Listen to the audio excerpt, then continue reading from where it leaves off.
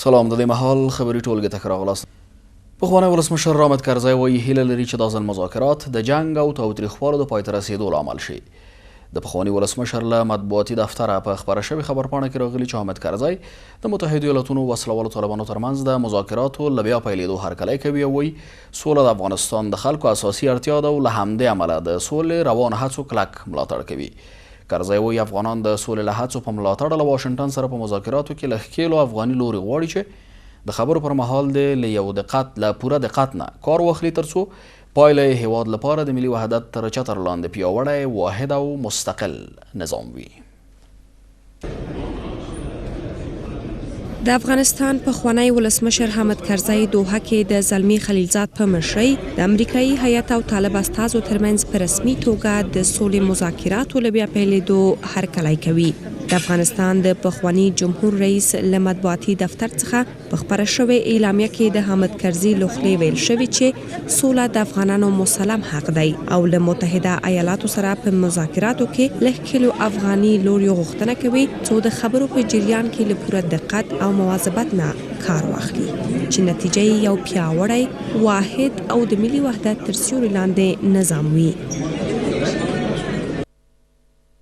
افغانانو د سولې له روانو هڅو ملاتړ کړی دی او غواړي چې له متحده ایالاتو سره مذاکراتو کې ښکېل ټول افغاني اړخونه د مذاکراتو په جریان کې له جدي مواظبت او دقت نه کار واخلي ترڅو پایله یې زموږ هیواد لپاره د ملي وحدت تر چتر لاندې پیاوړی واحد او مستقل نظام وي.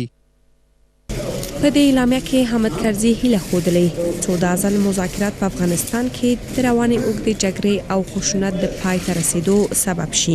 د سولې خبرو له بیا پیلېدو د حامد کرزي هرکلی داسې مهال دی چې دوحه کې د طالبانو او متحده ایالاتو ترمنځ د سولې خبرې د شنبې په ورځ پیل شوي او دغو مذاکراتو ته نږدې کسان وایي چې دواړه لوري به ډېر ژر د سولې هوکړه لاسلیک کړي. په دوحه کې د وسلوالو طالبانو او امریکایي پلاوي ترمنځ د سولې توافقنامې د لاسلیک کېدو پر نیټه خبرې روانې دي. په قطر کې د وسلوالو طالبانو او متحدو ایالاتونو ترمنځ مذاکراتو ته نږدې کسان وایي دواړو خواو د تاوتریخوالو پر کمولو د هوکړې د لاسلیک د نیټې په تړاو خبرې کړې دي. وسلوالو طالبانو ته نږدې سرچینې هیلهمندي ښیي چې دا ځل به مذاکرات له ستونزو سره نه مخ کېږي او ډېر ژر به د دواړو خواو ترمنځ د سولې هوکړه لاسلیک شي. په ورته وخت کې د سولې عالي شورا وایي د جګړې او تاوتریخوالو کمېدل د سولې د هوکړې مهمه برخه ده او سوله باید د ټولو خواو ترمنځ وي. طالبان او متحده ایالات د قطر په نوي پړاو خبرو کې د سولې هوکړه لیک د لاسلیکولو د نیټې پر مشخص کولو خبرې کوي. په دوحه کې د سولې روانو مذاکراتو ته نږدې سرچینې وایي چې د طالبانو او امریکایي لوري ترمنځ تر موافقې وړاندې د تاوتریخوالي پر کمولو د موافقتنامې د لاسلیکولو پر نیټې او د بندیانو پر تبادلې مذاکرات شوي دي. څنګه کېدلی شي چې د تشنج کچه راکمه شي دا یو موضوع ده. دویم دا چې تاریخ معلومیږي چې دا څه وخت امضا کېږي دا مسوده. دریم شی پکې نه وایي چې دی هغه دا دی چې د بندیانو تبادله چون 15,000 بندیان د پلچرخي او د نورو محبسو څخه باید آزاد شي. ویل کېږي د طالبانو او متحده ایالاتو ترمنځ به د سولې هوکړه لیک پر راتلونکي اونۍ کې لاسلیک شي خو تر اوسه د طالبانو او متحده ایالاتو مذاکراتي پلاویو دغه موضوع په رسمي توګه تایید او یا رد کړې نه ده. طالبانو ته نږدې سرچینې هیلهمندي ښیي چې د دې ډلې او متحده ایالاتو ترمنځ به په نږدې راتلونکي کې د سولې موافقتنامه لاسلیک شي. انشاءالله امیدوار یو چې موافقتنامه هوکړه لیک زر امضا شي. فقط امضا پاتې ده او په امضا باندې بحث روان دی. د هوکړه لیک د ابتدا نه کوم بحث نه دی. په هغه ځای کې چې خبرې ودرېدلې وي د همغه ځای نه بیا شروع شوي. په داسې حال کې چې ویل کېږي طالبانو او متحده ایالاتو پر یو بل د برید نه کولو په تړاو موافقه کړې، د سولې عالي شورا وایي د جګړې کمیدل او اوربند د طالبانو او متحده ایالاتو ترمنځ د کېدونکې موافقې برخه ده، خو جګړه باید د ټولو خواو ترمنځ ودرول شي. حقیقت کې دا دې باندې هم دوی سره توافق ته ورسیږي ځکه د جنگ د بندېدلو په حصه کې، خو البته دوی د جنگ بندېدل د امریکا او د طالبانو په منځ کې خو دې معنا دا ده چې نو افغانانو منځ کې به جنگ رواني زیات وي خو بیا زمونږ افغانانو غوښتنه دا هم ده چې دغه د جنگ بندېدل یا کمیدل کیږي د ټولو په برخه کې وشي. د طالبانو او متحده ایالاتو ترمنځ د سولې مذاکراتو له پیلېدو سره هممهاله د جرمني په برلین ښار کې د بین الافغاني خبرو اترو د ناستې په تړاو هم هڅې چټکې شوې دي. مشرانو جرګه وایي افغان حکومت د وسلوالو طالبانو او امریکا ترمنځ له مذاکراتو ګوښه ساتل شوی دی. د مشرانو جرګې غړي وایي د امریکا متحده ایالاتونو وسلوالو طالبانو ترمنځ روان مذاکرات برخلیک ټاکونکي دي، خو امریکایي لوري افغان حکومت د مذاکراتو له جریانه لرې ساتلی او د خبرو جزئیات ورسره نه شریکوي. سناتوران وایي د ولسمشریزو ټاکنو پایلو د نه اعلانېدو له امله افغانستان له ګڼو ستونزو سره مخ دی او انتخاباتي کمیسیونونه باید ژر تر ژره د پاکو رایو پر بنسټ د ولسمشریزو ټاکنو نتایج اعلان کړي. مشرانو جرګې د خپل یکشنبې ورځې په عمومي غونډه کې په قطر کې د سولې په مذاکراتو ټاکنو او په ننګرهار کې د نامعلومو وسلوالو له لوري د جاپاني ډاکټر ناکامورا ترور په تړاو څرګندونې وکړې. د مشرانو جرګې غړي د وسلوالو طالبانو او امریکایي لوري ترمنځ تازه پیل شو مذاکراتو ته په اشاره وایي چې د تیر په څیر یو ځل بیا متحده ایالاتو له افغان حکومت سره د روانو مذاکراتو په تړاو جزئیات نه دي شریک کړي. سناتوران وایي چې د دواړو غاړو ترمنځ روان مذاکرات برخلیک ټاکونکي دي، خو امریکایي لوري افغان حکومت د مذاکراتو له جریان څخه ګوښه ساتلی دی. د امریکا او د طالب ترمنځ مذاکرات که پخوا 9 میاشتې ترسره شوي او که بیا 9 میاشتې وخت ونیسي، زما تفسیره پیدا ده چې موږ د دوی د مجالسو نه آګاه نه یو او په داسې مجالسو کې موږ د هغه مجالسو حمایت هم نشو کولی تر څو چې د افغانستان حکومت او د افغانستان د ولس استازي په مذاکراتو کې شریک شوي نه وي او موږ ته خپل خلک د هغې مذاکراتو اصلي تصویر وړاندې نه کړي، موږ به مذاکرات ته د ناظر په صفت په ډیر دقت سره وګورو. ما بار بار بحث کردیم در این مورد با صرف نظر از این که هنوز به مردم افغانستان آجندهای مذاکرات به صورت واضح روشن نیست که چه مسائل در مذاکرات گنجانده شده. دلته وګوره په دوحه کې د امریکایانو د طالبان منځ کې بحثونه کیږي، موږ افغانان پکې خبر نه یو. کله چې د طالبانو خوشي کول وي بیا دلته په موږ باندې فشار نه موږ نه غوښتنه کوي چې اناسه قانوني خوشي کړم، بیا دوی بس خپل منځ سره کوي. په ورته وخت کې د مشرانو جرګې غړي وروستی انتخاباتي شخړې د افغانستان لپاره لوی بحران بولي او له ټاکنیزو کمیسیونونو غوښتنه کوي چې ژر تر ژره د پاکو رایو په اساس د ولسمشریزو ټاکنو نتیجې اعلان کړي. د دې په څنګ کې موږ د نتایجو د اعلان غوښتنه کوو، په دې هم باید اصرار وکړو چې نتایج باید شفاف او رڼی او د انتخاباتو کمیسیون باید دا پروسه رڼا او شفافه کړي تر څو خدای نخواسته د دې ناکامې پروسې په نتیجه کې موږ یو بل سیاسي بحران ته ننوځو. کمیسیون انتخابات مطابق با قوانین نافذه کشور و آرای پاک مردم افغانستان باید هرچه عاجل تصمیمش بگیره که همه مردم در سردرگمی قرار دارند. د مشرانو جرګې رئیس فضل هادي مسلمیار په ننګرهار ولایت کې د جاپاني ډاکټر ناکامورا ترور د پوښتنې وړ بولي او زیاتوي چې د پاکستان استخباراتي اداره ISI د نوموړي په وژلو کې لاس لري. اصلي دشمنانو چې ISI د هغوی قرباني کړه د کونړ په سیند باندې د دې نه هېڅوک سترګې نشي پټولی چې تاسو ولیدل چې د مروارید په نوم باندې غوښته یو بل بند لکه دا اوس چې موږ ګمبیري د کوم بند لرو داسې یو بند بل جوړ کړي او د دې لپاره د جاپان نه پروژه اخیستې او د جلالتمآب ولسمشر سره 15 ورځې مخکې چې مجلس سو دا بند اعلان کوو. موږ دا د پاکستان د طریقه څخه بولو، ام د امریکا او د انګریز او د دې شبکو څخه بولو. دی هر افغان او یا غیر افغان چې وغواړي هغه پروژې چې هغه بنیادي دي، که هغه د اوبو د کنټرول دي، که هغه د ځمکو د سرسب کول د پاره دي یا نوري بنیادي د معدنونو استخراج دی، امریکایان مطلقاً د ضد دي دغه کار مخنیوي کوي. د مشرانو جرګې غړي له امنیتي او کشفي ادارو غواړي چې د ناکامو قاتلونو په تړاو جدي پلټنې وکړي او ژر تر ژره یې عاملین د قانون منګولو ته وسپاري. د ټاکنو خپلواک کمیسیون له مسؤلانو سره د سیاسي احزابو او د انتخاباتو ټیمونو د استازو غونډه بې نتیجې پای ته ورسېده. په دې غونډه کې د ټاکنو خپلواک کمیسیون چارواکو د افغانستان په 2 ولایتونو کې د بیا شمېرنې بهیر پر وړاندې د خنډونو د لرې کېدو او دې بهیر ته د اجازې ورکولو غوښتنه وکړه او ټینګار وکړ چې تر هغې وروسته به ابتدایي نتایج اعلان کړي. خو په دې مجلس کې د عبدالله په مشرۍ د ثبات او همګرایي ټیم وویل چې کمیسیون د دوی قناعت ترلاسه نه کړ او د اعتراض په توګه یې غونډه پرېښوده. د ټاکنو خپلواک کمیسیون د یکشنبې په ورځ د یو شمېر سیاسي احزابو، داخلي او نړیوالو څارونکو بنسټونو او د ولسمشرۍ ټاکنو د نوماندانو له استازو سره د انتخاباتي ستونزو د حل په هدف ګډه ناسته ترسره کړه. تشکر سعادت صاحب عزیز. باز سرش بحث میکنیم. په دې معلوماتي ناسته کې د ټاکنو خپلواک کمیسیون مسؤلانو غوښتنه وکړه چې په هغو ولایتونو کې چې د بیا شمېرنې مخه پکې نیول شوې دوی ته د بیا شمېرنې او تفتیش بهیر د بیا پیلېدو اجازه ورکړل شي. د ټاکنو کمیسیون مشر وایي کمیسیون خپل استقلالیت ساتلی او باید پرېښودل شي چې خپل کارونه په سمه توګه ترسره کړي. یو ځل بیا ترېنه هیله کوم چې زموږ سره همکاري وکړي، په کمیسیون باندې اعتماد ولري. کمیسیون یو بېطرفه کمیسیون دی، کمیسیون یو مستقل کمیسیون دی، کمیسیون د هیڅ چا تر فشار لاندې نه دی. من خپل کار په پوره صداقت سره سرته رسولی، نور به یې هم ورسو. موږ ته د اجازه راکړي چې موږ و ولایته هم تفتیش کړو. په دې غونډه کې د سیاسي احزابو، څارونکو ادارو او انتخاباتي ټیمونو استازو د کمیسیون په چارو سختې نیوکې وکړې. دوی وایي چې د ټاکنو کمیسیون استقلالیت تر پوښتنې لاندې راغلی او نشي کولی نتایج پر خپل وقت اعلان کړي. با این جنجال ها و جنگ سرد روانی که مردم ما رو شما دیوانه ساختیم. ما شما مردم به خدا راستی دیوانه ساختیم. وقتی که صحبت میکنین تمام ابعادش بینان کمیسیون، بینان بی‌طرف، تمام ابعاد قضیه رو بگیرین. اگر اینا تقلبی نیست، از 400 بالا نیست، خب چی است؟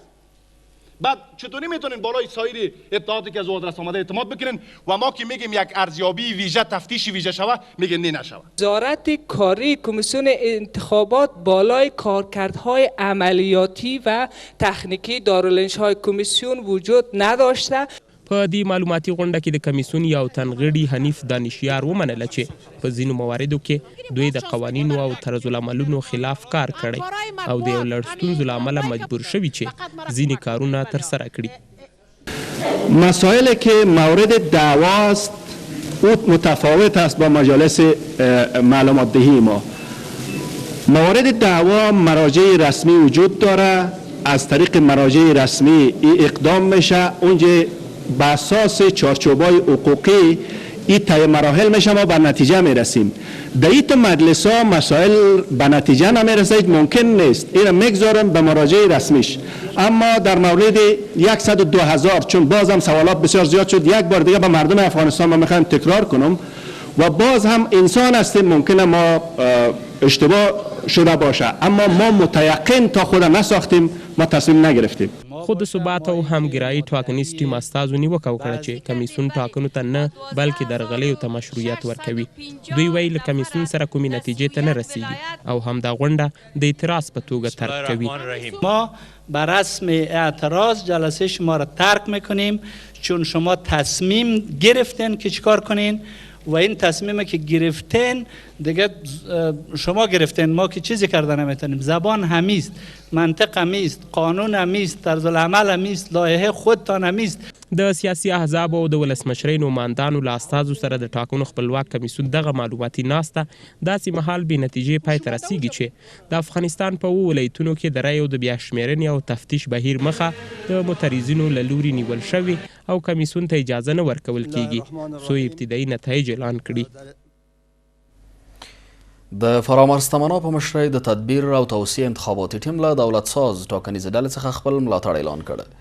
دغه دواړو انتخاباتي ټیمونو په یوې مشترکه اعلامیه کې ژر تر ژره د ابتدایي پایلو د اعلان غوښتنه کړې او ویلي دي چې دغه ټیمونه د نورو په پرتله برنامه محوره وو او له همدې امله د ګډو همکاریو او ائتلاف تصمیم نیولی. خو پر انتخاباتو څارونکي بنسټونه او ځینې نور انتخاباتي ټیمونه وایي فرامرز تمنا د کمیسیون رئیس ته نږدې کس دی او ښایي په کمیسیون کې له خپل نفوذ نه د مشخص نومان په ګټه کار واخلي. د فرامرز تمنا په مشرۍ د تدبیر او توسعه انتخاباتي ټیم په رسمي توګه د ولسمشر غني په مشرۍ له دولت ساز ټیم ملاتړ اعلان کړ. دغه دواړو انتخاباتي ټیمونو د یوې مشترکې اعلامیې په خپرولو سره ویلي چې دوی برنامه لرونکي ټیمونه دي او له همدې امله د ګډو همکاریو او ائتلاف تصمیم نیولی دی. په دې مشترکه اعلامیه کې راغلي چې دواړه ټیمونه به په هیواد کې د امنیت پرمختیا بیا رغونه او د بېوزلۍ پر وړاندې به په ګډه کار وکړي. انتخابات داسې پروسه ده چې ځینې کاندیدان او ځینې ګروپونه په شروع کې یو تحلیل لري، شروع کې یوه محاسبه لري، بیا انتخابات په نږدې کېدو سره د دوی محاسبې اتفاق کوي، بیا نورو ټیمو سره یو ځایېږي. یو رایجه موضوع ده. دا چې دوی د انتخابات نه وروسته یو ځای سوي دي، دا هم بیا هم ورته هرکلی وایو. د ولسمشر غني او فرامرز تمنا ټیمونو په خپل مشترکه اعلامیه کې د کمیسیون له لوري د ابتدایي پایلو پر ځنډ اندېښنه ښودلې او له کمیسیون څخه یې په جدي توګه غوښتنه کړې څو هر څه ژر ابتدایي نتایج اعلان کړي. خو پر انتخاباتو څارونکي او ځینې نور انتخاباتي ټیمونه فرامرز تمنا د کمیسیون رهبرۍ ته نږدې کس یادوي او وایي چې ښایي نوموړی په کمیسیون کې له خپل نفوذ نه د مشخص نومان په ګټه کار واخلي. متاسفانه شواهد و قرائن امر نشان میده که کمیسیون انتخابات نتانسته به عنوان یک نهاد مستقل استقلالیت و بی‌طرفی خود را حفظ بکنه و در حمایت از یک تیم خاص کار میکنه. هم رقم که شما شاهد هستین. متاسفانه در اثر فشار سیاسی که از سوی تیم دولتساز بالای کمیسیون وارد شد و تهدیداتی که صورت گرفت که اگر اینا خلاف قانون عمل بکنن بدون شک چالش‌زا میتونه باشه، اما یک جا شدن تیم‌ها یک اصل است در پروسه‌های انتخاباتی، اما در حال حاضر همه چیز گذشته و یک جا شدن ها نمیتونه تاثیرگذار بر نتیجه انتخابات باشه.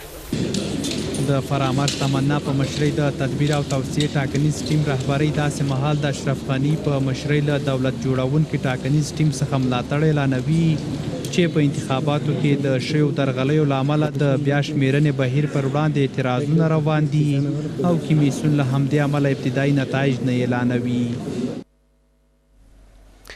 په جلال آباد ښار کې د وژل شوي جاپاني ډاکټر ناکامورا جسد نن خپل پلانني ټاټوبي ته ولېږدول شو. د جاپاني رسنیو د راپورونو له مخې د ناکامورا جسد د خپلې کورنۍ له غړو سره یو ځای د ډسمبر په 9 نیټه د جاپان ناریتا هوایي ډګر ته ورسېد او هلته د یو لړ مراسمو له ترسره کېدو وروسته د دې هېواد فوکاکا ښار ته انتقال شو. ریپورټونه وایي جاپان ته د ناکامورا د جسد رسېدو پر مهال د جاپان د بهرنیو چارو وزارت او افغان چارواکو هم د ناکامورا د کورنۍ غړو ترڅنګ حضور درلود. د جاپان ټي بي اس راډیو په یو خبر کې ویلي چې افغانان د ډاکټر نامورا پر وژل کېدو په بېساري توګه خواشیني شوي او دا ښایي د افغانستان په تاریخ کې لومړی ځل وي چې افغانان په یو بهرني وژل شوي خدمتګار په دومره کچه خواشیني ښیي. ناکامورا چې په افغانستان کې له ډېرو کلونو راهیسې د بشري مرستو بیا رغونې لپاره یې فعالیتونه ترسره کړي وو، د روانې میلادي میاشتې په 4 نیټه د افغانستان په ختیځ ننګرهار ولایت کې د ناپېژاندو وسلوالو لخوا ووژل شو.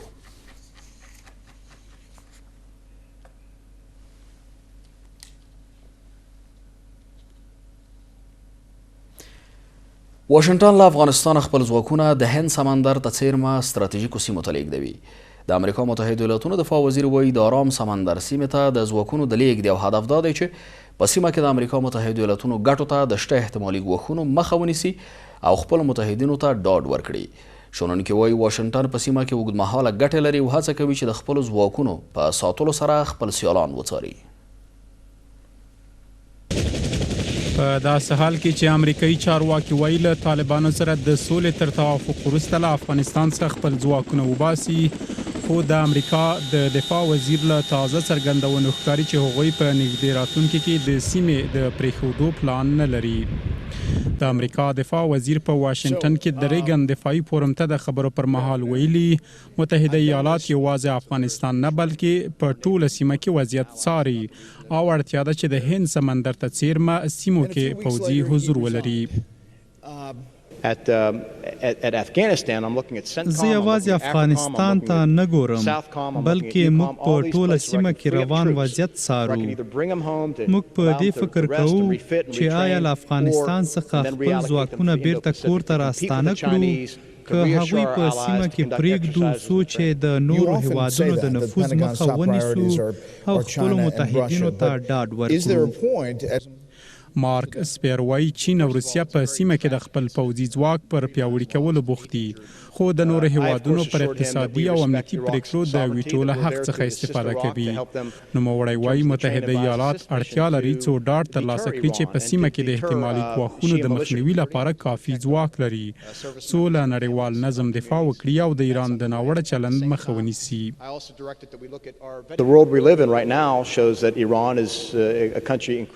چین او روسیه د خپل ځواک په پیاوړي کولو او عصري کولو بوخت دي، خو هغوی د نور هیوادونو پر اقتصادي او امنیتي پریکړو د ویټو له حق استفاده کوي. امریکا اړتیا لري ډاډ ترلاسه کړي چې په سیمه کې کافي ځواک لري څو له نړیوال نظم دفاع وکړي او د ایران د ناوړه چلند مخه ونیسي. خو شنونکي وایي امریکا په سیمه کې اوږدمهاله ګټې لري او که له افغانستان څخه خپل ځواکونه هم وباسي اجازه نه ورکوي چې نور هیوادونه دلته نفوذ وکړي او د دوی ګټې وګواښي. خواهد که حضور از در منطقه یک حضور گسترده باشه و اشراف داشته باشه بر همه تحولاتی که در این منطقه به وجود می آید، چه در طریق پایگاه های رسمی که با کشورهای مختلف ایجاد خواهد کرد و به گونه گویا خود را مدافع و تأمین کننده امنیت بین‌المللی تجلی بده و از جانب دیگر قدرت های رقیب خود در منطقه با حضور خود در منطقه کاملا زیر نظر و کنترل داشته باشه تا اینکه در رسه روابط بین‌الملل کدام تغییر جدی به وجود بیاید. متحده ایالات داسې مهال په سیمه کې پر خپل پوځي حضور ټینګار کوي چې له دې وړاندې چین او روسیې له افغانستان څخه د امریکایي ځواکونو پر وتلو ټینګار کړی و. د ارګ مطبوعاتي دفتر وایي ولسمشر غني د استانبول پروسې د اسیا زړه په اتمه غونډه کې د ګډون لپاره ترکیې ته ولاړ. په دې کانفرانس کې د ګڼو هیوادونو استازي ګډون کوي. د جنوبي اسیا په چارو کې د امریکا متحده ایالاتونو د بهرنیو چارو وزارت مرستیال الیس ویلز هم د خپل هیواد په استازیتوب په دې غونډه کې برخه اخلي. تر دې وړاندې ویل شوي ول چې د استانبول پروسې د اسیا زړه په اتم کنفرانس کې به د افغانستان پر سولې، امنیت او بین الافغاني مذاکراتو بحث او خبرې وشي.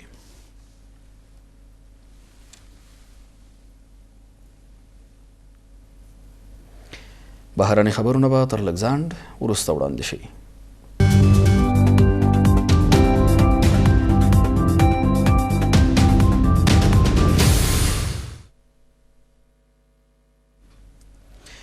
بیا هم ښه راغلاست او دا هم څو بهرني خبرونه. د روسیې د بهرنیو چارو وزیر له خپل امریکایي سیال سره د لیدو لپاره واشنګټن ته ځي. ویل کېږي سرګي لاوروف به د سې شنبې په ورځ له مایک پامپیو سره وګوري او وروسته به دواړه په ګډه خبري ناسته کې ګډون وکړي.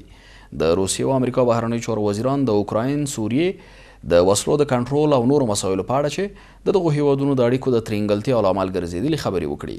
تر اوسه روښانه نه ده چې د روسیې د بهرنیو چارو وزیر به د دې سفر پر مهال له ډونالډ ټرمپ سره هم خبرې وکړي و که نه. شمالي کوریا له یوې نوې او بریالۍ ازموینې خبر ورکوي. د دې هیواد دولتي رسنۍ د دفاع وزارت د چارواکو له خولې ویلي چې دغه ازموینه به د پیونګیانګ ستراتیژیک دریځ پیاوړی کړي. د دې ازموینې د ماهیت په اړه څه نه دي ویل شوي، خو ویل کېږي دا ازموینه چین ته نږدې د شمالي کوریا د اوږد واټن ویشتونکو توغندیو د توغولو سیمه کې شوې ده. د دې ازموینې تر اعلان وړاندې ملګرو ملتونو د شمالي کوریا استازي ویلي ول امریکا د مذاکراتو په پلمه وخت اړوي. او د هند په پلازمینه نوي ډیلي کې په یوې فابریکه کې د اور لګېدو له امله 43 کسان مړه شوي دي. ویل کېږي اور د ودانۍ په لومړي پوړ کې برېښنا د شارټۍ له امله شوی او په چټکۍ سره نورو پوړونو ته خپور شوی دی. ریپورټونه وایي د پیښې پر مهال د کارخانه کې شاوخوا 100 کسان ول چې نور یې ژغورل شوي دي. له دې سره سم اوسنۍ خبرې ټولګه په همدې ځای پای ته رسېږي. له ملتیا مننه کوم. تر بیا